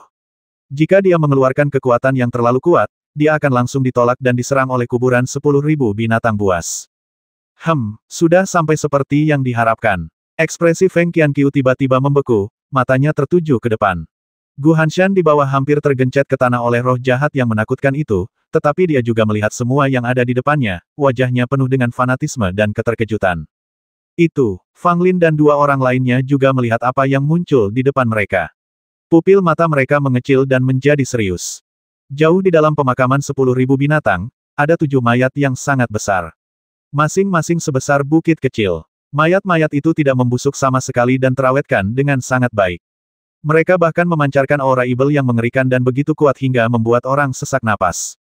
Semua orang yang melihat pemandangan ini terkejut. 7 mayat monster itu sungguh mengerikan. Bahkan setelah kematian, mereka masih membuat orang merasa mengagumkan bagaikan dewa. Bisa dibayangkan betapa bejatnya ke-7 monster ini seandainya mereka masih hidup. Namun tatapan Feng Qianqiu tidak tertuju pada mayat 7 monster mengerikan itu, melainkan menatap ruang kosong di antara ke-7 monster itu. Karena ke-7 monster itu begitu besar, mereka seperti 7 bukit kecil yang mengelilingi ruang terbuka, sehingga situasi di dalamnya tidak dapat dilihat sama sekali dari tanah. Karena Feng Qianqiu berada di udara, dia bisa melihat segala sesuatu di bawahnya. Di tengah-tengah ketujuh mayat monster itu, ternyata ada mayat yang sudah layu tergeletak. Itu bukan mayat monster, tetapi mayat manusia. Benar saja, mayat manusia kering tergeletak di antara tumpukan mayat monster. Kelihatannya sangat kecil, tetapi juga sangat tiba-tiba. Bagaimanapun, ini adalah kuburan segala binatang. Jika tubuh manusia ditinggalkan di sini, tidak akan butuh waktu lama sebelum dihancurkan oleh roh jahat yang mengerikan. Titik. Namun mayat manusia ini sebenarnya ada di dalam kuburan 10.000 binatang, dan tergeletak di bagian terdalam, dikelilingi oleh 7 monster besar sebesar bukit. Mengerikan sekali memikirkannya. Feng Qianqiu menatap mumi itu dengan matanya yang hampir berbinar, dan napasnya menjadi cepat. Benar saja, disinilah tempatnya. Perjalananku ke negeri Qian tidak akan sia-sia. Feng Qianqiu berkata dalam hati, dengan kegembiraan dan kegembiraan yang tak terlukiskan di wajahnya. Fakta bahwa seorang pria kuat seperti dia bisa begitu bersemangat berarti asal-usul mumi di bawah ini pasti luar biasa. Namun, Feng Qianqiu tidak bertindak gegabah. Dia tahu betul betapa mengerikannya mumi ini, dan 7 mayat monster di bawahnya pun tidak bisa dianggap enteng. Pandangannya beralih ke Fang Lin dan orang lain di belakangnya, dan dia menunjukkan sedikit seringai. Gu Hanshan sudah tidak bisa bergerak. Semakin dekat ia dengan 7 mayat monster itu, semakin mengerikan energi evil itu. Gu Hanshan merasa jika dia melangkah maju lagi, dia akan terluka parah oleh energi evil. Tetapi karena kita sudah begitu dekat dengan 7 mayat monster, bagaimana kita bisa berhenti di sini? Pada saat itu, Gu Hanshan mengeluarkan sesuatu dari tas Istana 9, yang ternyata adalah cermin perunggu kuno. Hah! Di langit, Feng Qianqiu melihat Gu Hanshan mengeluarkan cermin perunggu dan memperlihatkan ekspresi terkejut, lalu menatap Gu Hanshan dengan penuh minat. Gu Hanshan mengeluarkan cermin perunggu, memegangnya di tangannya, lalu menelan segenggam pil, menggertakkan giginya dan terus melangkah maju. Meskipun roh jahat di depan sangat menakutkan dan dapat mencabik-cabik tubuh Gu Hanshan, dengan perlindungan cermin perunggu, Gu Hanshan masih dapat terus bergerak maju dengan aman. Melihat ini, Feng Qianqiu merasa sangat tertarik. Cermin perunggu ini tampaknya merupakan suatu harta karun. Bahkan di tempat ini, ia bisa menahan roh jahat yang begitu menakutkan. Itu langka. Namun tak lama kemudian, setelah Gu Hanshan melangkah 7 langkah, cahaya cermin perunggu di tangannya meredup drastis. Gu Hanshan juga menyadari bahwa kekuatan cermin perunggu tampaknya terpengaruh, dan hatinya sedikit terguncang, tetapi dia masih menggertakkan giginya dan terus bergerak maju. Gu Hanshan tahu bahwa Feng Qianqiu ada di sana, tetapi dia tidak punya pilihan lain saat ini. Segalanya telah sampai pada titik ini, dan mundur berarti kematian. Fang Lin dan yang lainnya pasti akan memotong-motongnya, jadi sebaiknya dia mencobanya. Fang Lin dan 2 orang lainnya melihat Gu Hanshan memegang cermin perunggu dan langsung menuju ke arah 7 mayat monster. Walaupun mereka tidak tahu apa yang akan dilakukannya, tidak peduli apa yang akan dilakukannya, mereka tidak bisa membiarkannya berhasil. Fang Lin sekali lagi menggunakan gajah putih untuk menenangkan gunung. Bayangan gajah putih besar menyelimuti mereka bertiga. Tiba-tiba, mereka bertiga merasakan tekanan berkurang drastis, dan kecepatan mereka juga meningkat pesat.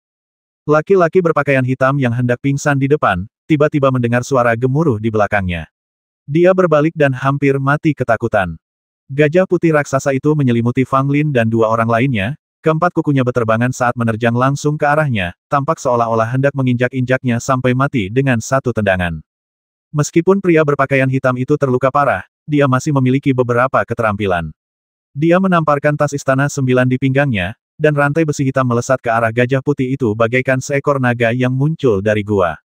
Rantai hitam itu sangat gelap dan membawa aura menakutkan. Saat rantai itu berkibar, samar-samar terdengar raungan dan lolongan roh jahat. Rantai hitam diikatkan langsung ke gajah putih. Suatu kekuatan aneh meledak dan dengan gila-gilaan menyerap kekuatan yang terkandung dalam gajah putih itu. Sumber kekuatan gajah putih secara alami adalah Fang Lin, yang berarti bahwa rantai hitam menyerap kekuatan Fang Lin. Fang Lin juga jelas merasakan bahwa energi internal dalam tubuhnya cepat menghilang. Sekalipun dia meminum pil darah jahat dan tenaga dalamnya 10 kali lipat dari biasanya, dia tidak dapat menahan pemborosan seperti itu. Basmi dia, Fang Lin berkata dengan dingin. King Jianzi mengangguk, dan 7 pedang panjang di belakangnya semuanya terhunus, dengan pedang Yulong di depan, dan semuanya menyerbu ke arah pria berpakaian hitam itu. Penggunaan 7 pedang secara bersamaan merupakan jurus mematikan King Jianzi. Kekuatan 7 pedang itu semuanya ditambahkan ke pedang Yulong, yang memungkinkan kekuatan terkuat pedang Yulong meledak keluar. Adegan ini membuat pria berpakaian hitam berubah warna karena ngeri. Ia ingin menghindar, tetapi tubuhnya yang berat membuat hal itu mustahil. Pria berpakaian hitam itu menggertakkan giginya dan mengeluarkan jimat tulang hitam. 7 pedang menyerang, dan pria berpakaian hitam melemparkan jimat tulang itu tanpa ragu-ragu. Ledakan, jimat tulang itu hancur seketika, lalu sebuah tangan hitam besar terjulur dari asap dan debu, dan menghantam keras 7 pedang terbang itu. Pedang naga pengembara memancarkan ledakan raungan naga, dan seluruh pemakaman 10.000 binatang tampaknya menggemakan raungan panjang naga sungguhan. Kekuatan ke-6 pedang lainnya mengalir ke pedang naga pengembara dalam sekejap. Tangan hitam pekat itu dikalahkan oleh pedang Yulong. Meskipun cahaya pedang Yulong cepat meredup, ia masih memiliki kekuatan. Engah, pedang Yulong menusuk jantung pria berpakaian hitam itu tanpa penyimpangan apapun, dan langsung menusuk jantung pria berpakaian hitam itu. Ada keputusasaan dan kebencian di mata pria berpakaian hitam itu. Dia tidak pernah menyangka akan mati di sini. Tetapi betapapun tidak relanya dia, hatinya hancur dan dia tidak mempunyai kesempatan untuk hidup. Dia terjatuh ke tanah dengan suara keras. King Jianzi melambaikan tangannya dan semua pedang kembali ke sarungnya, tetapi wajah King Jianzi sangat pucat. Jelaslah bahwa gerakan yang baru saja dilakukannya telah menyedot banyak energinya. Namun, ketika lelaki berpakaian hitam itu meninggal, mereka bertiga bernapas lega, karena mereka telah terbebas dari masalah besar. Satu-satunya yang tersisa adalah Gu Hanshan. Pada saat ini, Gu Hanshan, yang memegang cermin perunggu, telah berjalan sejauh kurang dari 50 langkah dari mayat 7 monster itu. Energi ibel yang agung, seperti gelombang, menghantam cermin perunggu dan tubuh Gu Hanshan. Patah, disertai suara berderak, sebuah retakan jelas muncul pada cermin perunggu di tangan Gu Hanshan. 260.